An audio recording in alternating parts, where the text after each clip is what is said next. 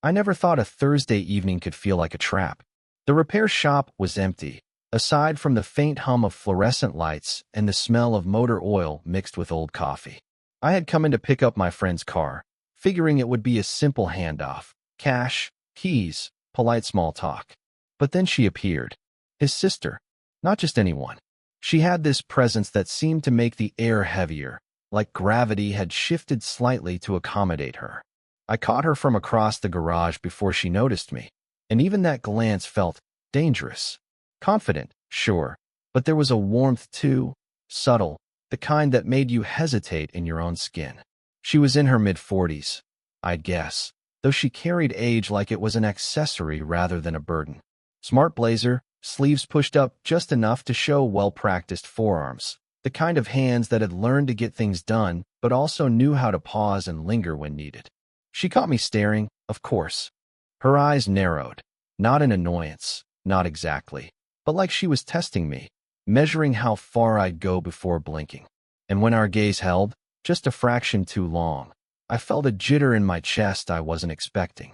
"Your brother left this in the office," she said, voice low, clipped, but with a softness I hadn't anticipated. She handed me a stack of receipts, her fingers brushing mine. Brief contact. Electric. My hand lingered a fraction too long, and I pulled it back quickly, as if she hadn't noticed, but of course she had. We didn't speak for a few beats. The quiet between us was thick, charged. I fiddled with the corner of a receipt, pretending it occupied my full attention. She leaned against the counter, one hip jutting just slightly, giving off a casual confidence that contrasted sharply with the tension in the room. Every movement was deliberate, a quiet choreography of control and subtle invitation. I wanted to say something, anything, but the words dissolved as soon as they left my mouth and my head. And then, for a brief, heart-stopping moment, she looked at me like she could see straight through all the walls I'd built. That tiny tilt of her head, a quirk of her smile, something in her gaze whispered permission, even though nothing had happened. "You're quiet," she said finally, a statement, not a question, but there was no accusation. Only curiosity, laced with amusement. I swallowed. I guess I didn't expect anyone else here. She tilted her chin toward the doorway. "I like unexpected." Her voice dropped almost imperceptibly on the last word, softening in a way that felt like a promise wrapped in warning. Then she straightened and turned back to the receipts, but I caught a flicker in her eyes, a tension that lingered in the space between us.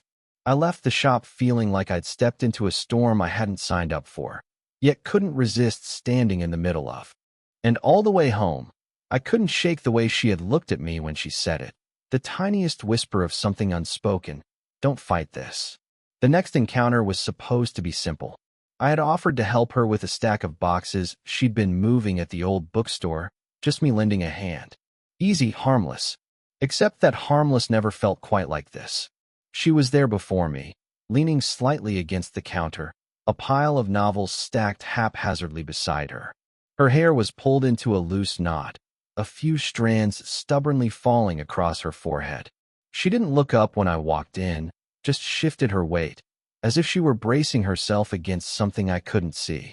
"Thought you'd like some help," I said, trying for casual, but my voice sounded sharper than intended.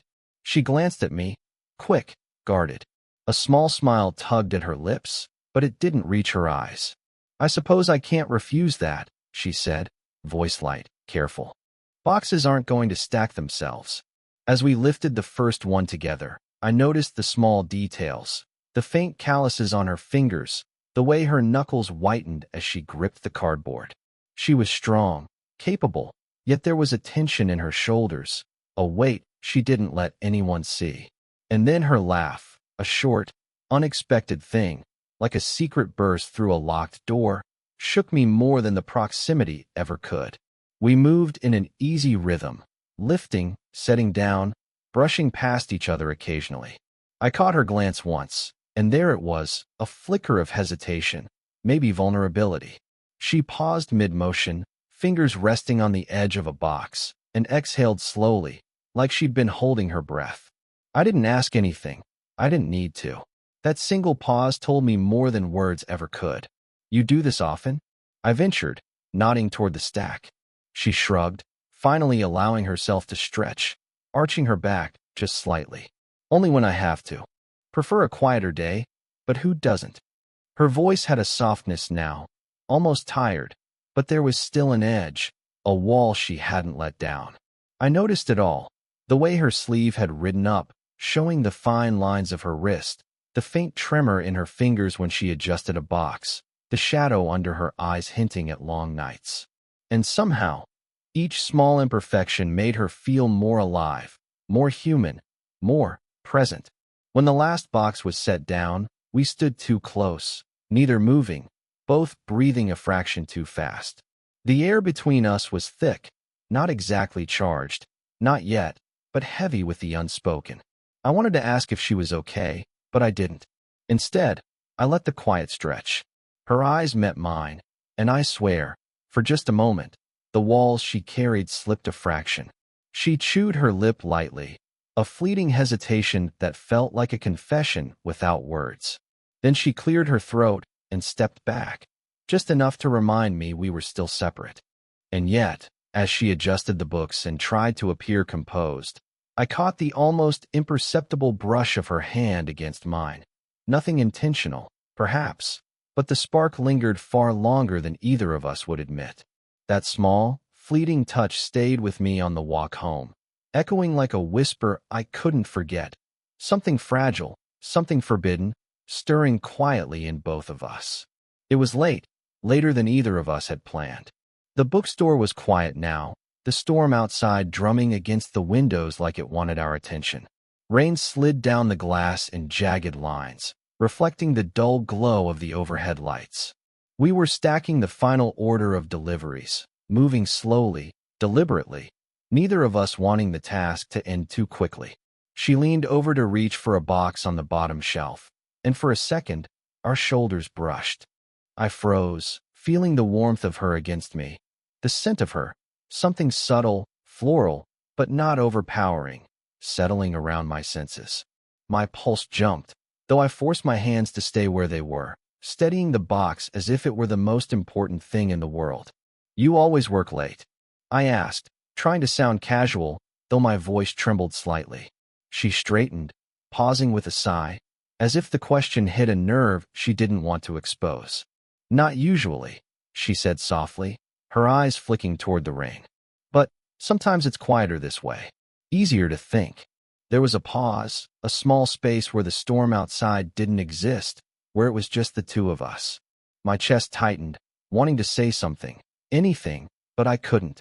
Her vulnerability was fleeting, yet it pulled at me in a way that felt both exhilarating and forbidden. Then her phone buzzed sharply on the counter, breaking the moment. She glanced at it, fingers hovering. I noticed the way her shoulders stiffened, the faint crease forming between her brows. Some ex, probably, or a reminder of the life she carried outside this small bubble we'd created. She didn't answer, but the pause changed everything. The spell shattered. We resumed moving the boxes, and somehow the storm outside mirrored the tension inside me. Every time our hands passed near each other, every accidental brush, I felt the pull stronger. I wanted to ask if she felt it too, but I knew I couldn't. Not here, not like this. Some invisible line hung between us, unspoken but unyielding. "Careful with that one," I said, trying to redirect both of us to the work. My voice was steady, though my mind was anything but. She gave a small nod, eyes meeting mine for a fraction longer than necessary. There was a question in them, a hesitation, a spark I could almost touch. I wanted to reach out, to close the distance just enough to see if it mattered, but I didn't. Instead, we stopped in the middle of the aisle, both holding the same box. The heat between us was undeniable. My hand grazed hers, not enough to commit, but enough to linger in memory. She exhaled softly, and for a heartbeat, it felt like she might lean closer. And then the storm, the boxes, the quiet, everything, reminded us that some moments weren't meant to last. We set the box down simultaneously, our fingers just barely separating. But I knew, even as I left that night, that the brush of our hands, the almost whispered vulnerability, would haunt me long after the rain had stopped. We were in the small back room of the bookstore, sorting through returns that no one else had the patience to deal with. Outside, the late afternoon sun had dimmed, leaving the room awash in the golden haze of dust and fading light. I had been stacking books quietly, pretending the rhythm of the task could drown out the tension between us. She hadn't looked at me in a few minutes, focused intently on the order forms in front of her. But I could feel her presence like a weight pressing against my side, constant and insistent. My hands shook slightly as I passed a stack to her, aware that any casual brush could betray more than I intended. Finally, she broke the silence, not with laughter or small talk, but with a voice that was barely above a whisper. "Do you ever wonder what this is?" I froze, unsure if I'd heard correctly. She didn't clarify. She didn't need to. Her gaze was fixed somewhere between the table and the wall, but I could feel it piercing straight through me. The question hung in the air like smoke, curling around us, impossible to ignore. "What do you mean?" I asked carefully, though my chest tightened with every word I forced out. "This, whatever this is between us," she said, finally meeting my eyes. Her hand trembled just slightly as she adjusted a stack of papers. "I can't pretend it's nothing anymore. Can you?" I swallowed hard, trying to steady myself. There were so many answers, so many ways to navigate the moment, but all of them carried consequences I wasn't ready to face. Instead, I let the silence stretch, letting her words sink in, letting the weight of her stare press into me. She leaned back in the chair, crossing her arms, a faint tremor running through her body. "We can't keep acting like this is normal," she admitted.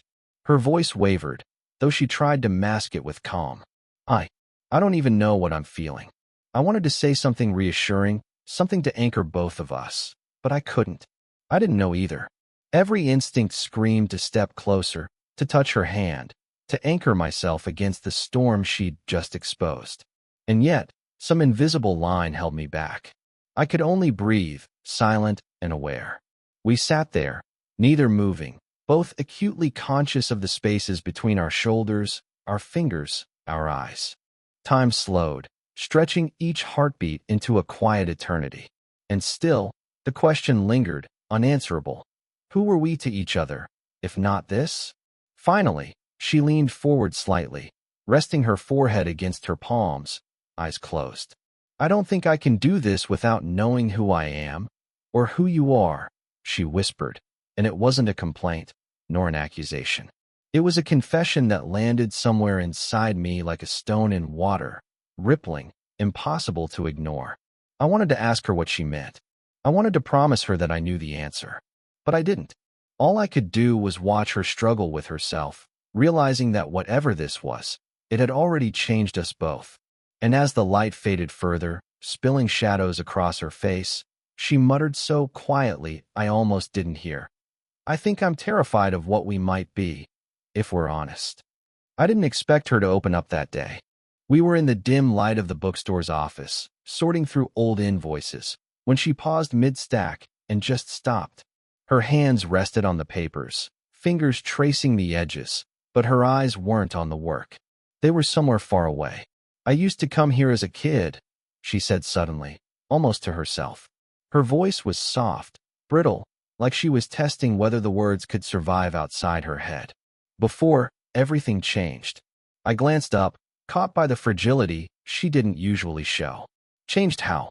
I asked carefully, not wanting to push, but needing to understand. Her eyes flicked to me, just for a second, and there it was, the kind of openness she rarely allowed anyone. "I lost someone," she whispered, almost ashamed, as if saying it aloud might make it real again. "Someone I thought I'd never forget, and somehow, I still can't.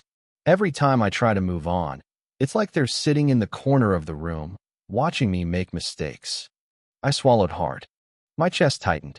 I wanted to say something, anything, but nothing sounded right. So I stayed quiet, letting her words settle in the space between us.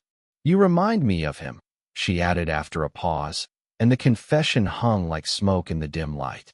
Her voice wavered, soft but certain, and I realized it wasn't an accusation. It was a revelation, a truth she didn't know how to navigate herself. I took a careful step closer, unsure if I was crossing an invisible line. "I don't want to be him," I said quietly, voice steady despite the flutter in my stomach. "But I'm here, if that matters at all." Her lips pressed together, and for a moment, she looked like she might laugh or cry, or maybe both. Her hands fidgeted with the edge of an envelope on the desk, a letter she hadn't sent. I noticed the faint tremor in her fingers, the way her shoulders tensed and relaxed, the shadow of a memory she couldn't shake. "I don't even know what I want," she admitted finally. Her eyes, bright and tired, met mine. "I don't know if I'm ready for anything." I nodded slowly, because I understood. Because sometimes words weren't enough. Sometimes, the weight of someone else's truth was heavy enough to make time stop, make the heart pause, make you wonder how to even breathe around them. And then she reached for the letter, folding it carefully, and I realized I was holding my breath. The small movement, so ordinary, yet so charged, shook me more than any declaration ever could. I don't want to hurt anyone again," she murmured, almost to herself, almost a warning. I didn't reply. I couldn't. The room was silent except for the distant hum of the street outside, and in that silence, everything shifted. As she placed the letter back in the drawer, our hands brushed, again, slightly, briefly, almost nothing. But this time, the touch carried the weight of unspoken confessions, past regrets, and the fragile hope that maybe, just maybe, the space between us could hold something real. And for the first time, I realized she was trembling, not from cold, not from fatigue, but from the quiet gravity of letting someone see her break and still choosing to stay. We ended up in the small cafe next door, a refuge from the drizzle that had started again, soft and insistent. I had offered to walk her here, though neither of us said why. Maybe it was habit. Maybe the storm outside mirrored the quiet storm between us. She sat across from me, hands wrapped around a warm mug, and for the first time, I noticed how naturally she fit into the light of the room. The lines around her eyes softened in the glow, and she let herself breathe a little.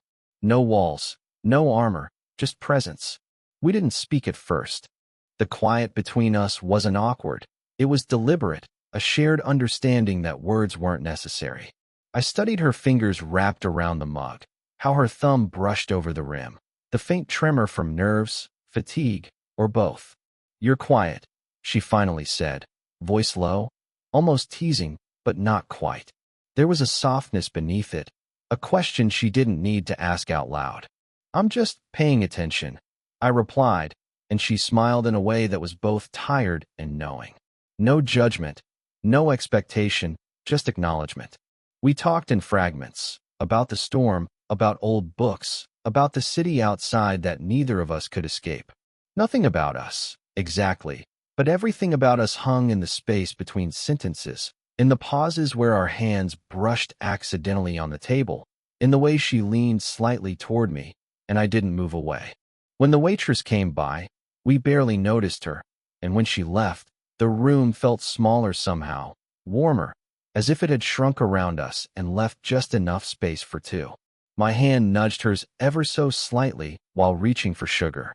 She didn't pull away. She just let it rest there, fingertips touching, and the contact was enough to make the world quiet outside the cafe. "You make this easier," she whispered, almost as if confessing a truth she wasn't ready to fully name. I didn't respond, because it didn't need answering. My gaze held hers, long, steady, and there was no tension, no question. Only a fragile acknowledgement that what had been building between us, the tension, the uncertainty, the longing, was here, undeniably present and mutual. Time passed without remark. The rain eased, the streetlights reflected in puddles outside. And in the quiet, we simply existed side by side, our fingers occasionally brushing, breathing in the same rhythm, sharing the space without needing to define it. Finally, she rested her forehead lightly against my temple for just a second, a fleeting gesture, and I let my hand cover hers fully. Nothing dramatic, nothing shouted, nothing declared, just a quiet certainty that we had arrived here together. And when she pulled back slightly, adjusting her scarf, her eyes met mine again, and I understood. Nothing more needed to be said. We had crossed whatever invisible boundary had existed between us, not with grand gestures, but with patience, honesty, and the small, earned intimacy of being allowed to stay. I took a slow breath and let it out. She smiled faintly, almost imperceptibly, and in that simple moment, the storm outside no longer mattered. We didn't speak. We didn't need to. We just were. It's strange how certain moments stick with you, not because they were loud or spectacular, but because they felt inevitable in a way you didn't see coming. Sitting here now, weeks later, I can still remember that cafe, the rain tapping softly against the windows, and the quiet warmth of her hand brushing against mine. I've realized that the tension we carried wasn't about desire alone. It was about patience, about learning to see someone fully before allowing yourself to lean in. And she's taught me what it means to hold space for another person without rushing, without needing to claim everything at once. We've both changed. She moves through the world with a little less caution, a little more softness in the corners of her smile. I've learned that restraint isn't a weakness. It's part of respect, part of understanding the rhythm of another heart. And in that quiet understanding, love didn't explode. It settled, gradually, like sunlight spilling over a room at dawn. I remember the small things more vividly than any dramatic gesture. Her laugh at the smallest absurdities, the way she furrows her brow when she's thinking, the careful way she sips her coffee. Every subtle detail feels like a conversation without words, a language only we speak now. It wasn't easy. Moments of doubt crept in, shadows of the past she couldn't forget and fears I couldn't fully soothe. But we learned that love isn't about erasing everything that came before. It's about showing up anyway, being present, steady, and willing to inhabit that fragile space together. Sometimes I catch myself reaching for her hand when no one's watching, or just watching her from across a room, remembering how it all began. The quiet glances, the accidental touches, the stormy nights that felt endless. And in those memories, I find gratitude for patience, for timing, and for the way slow-burning things become unforgettable. She taught me that connection isn't about fireworks or declarations. It's about noticing the subtleties, holding someone through the quiet, and letting yourself feel the weight and lightness of another human being in tandem with your own. And as for me, I've learned to trust the small moments. The brush of fingers, the shared glance, the pause that says more than words ever could. That's where the real intimacy lies, in the spaces we almost ignore, in the hesitations and the lingering touches, in the gentle understanding that love doesn't have to roar to matter. If this story made you feel something, let me know in the comments. Would you want more stories like this?